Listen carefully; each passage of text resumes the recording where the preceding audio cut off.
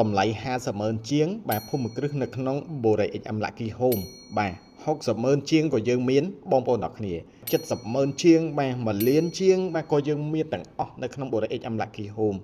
ហើយសម្រាប់ម៉ូតនេះបាទបងប្អូនម៉ូតថ្មីផ្ទះមួយដីមួយប្លង់បងប្អូនទាំងគ្នាណាបាទមានខ្ចោះអង្គុយលេងបាទតុបតែងមកស្អាតជូនបងប្អូនទាំងគ្នាបាទតម្លៃត្រឹមតែ10,000ជាងទេ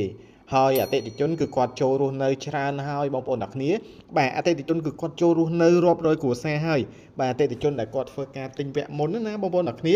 ហើយឥឡូវនេះបងប្អូនទាំងគ្នាបាទតម្លៃដែលយើងបើក promotion បាទបង្ហើយបាទប្លុកទី6បាទលក់ជូនបងប្អូនទាំងគ្នាត្រឹមតែ60,000ជាងទេបងប្អូនបាទម៉ូតនេះ4បន្ទប់គេង5បន្ទប់ទឹកបងប្អូនទាំងគ្នាណាបាទអញ្ចឹងនៅ Borei HM Lucky Home គឺយើងមានច្រើនម៉ូតមែនតើបាទគឺទៅតាមតម្រូវការរបស់ពុកម៉ែបងប្អូនដែលមានលទ្ធភាពមធ្យមបានលទ្ធភាពខ្ពស់បាទបងប្អូនដែលចង់បានផ្ទះមួយដីមួយប្លង់បាទរូបរាងការតុបតែងស្អាតបែបហ្នឹងណាបងប្អូនបាទតម្លៃត្រឹមតែ12,000ជាងទេហើយបងប្អូនដែលចង់បានផ្ទះដែលទិញភ្លាមចូលរស់នៅភ្លាមបាទតម្លៃយើងមាន10,000ជាងបាទទៅតាមទំហំបាទទៅតាមម៉ូតផ្ទះបាទដូចបងប្អូនបានឃើញអញ្ចឹងបាទគឺយើងមានច្រើនបាទច្រើនម៉ូតមែនតើ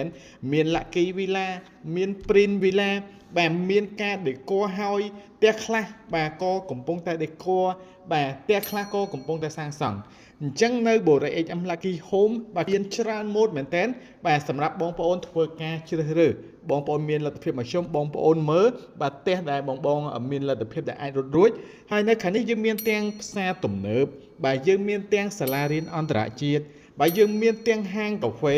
បាទមានទាំងអាងហែលទឹកបងប្អូនឃើញហើយក៏យើងមានទាំងបាទសួនទឹកកុមារ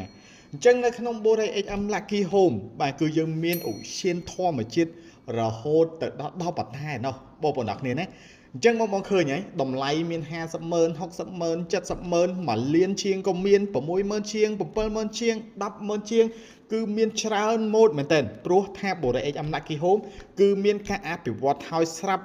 100% ដូចបងប្អូនកំពុងតែឃើញនេះបងណាបាទអញ្ចឹងបងប្អូនដែលចង់បានបាទ Borei ដែលមានការអភិវឌ្ឍហើយស្រាប់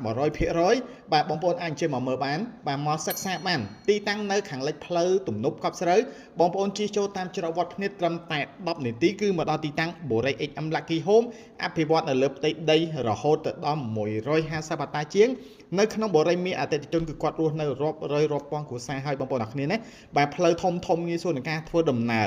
មានស្ទឹងជីទូកាយ៉ាសម្រាប់បងជិះទូកលេងដើរហាត់ប្រាណនៅកន្លងជុំវិញ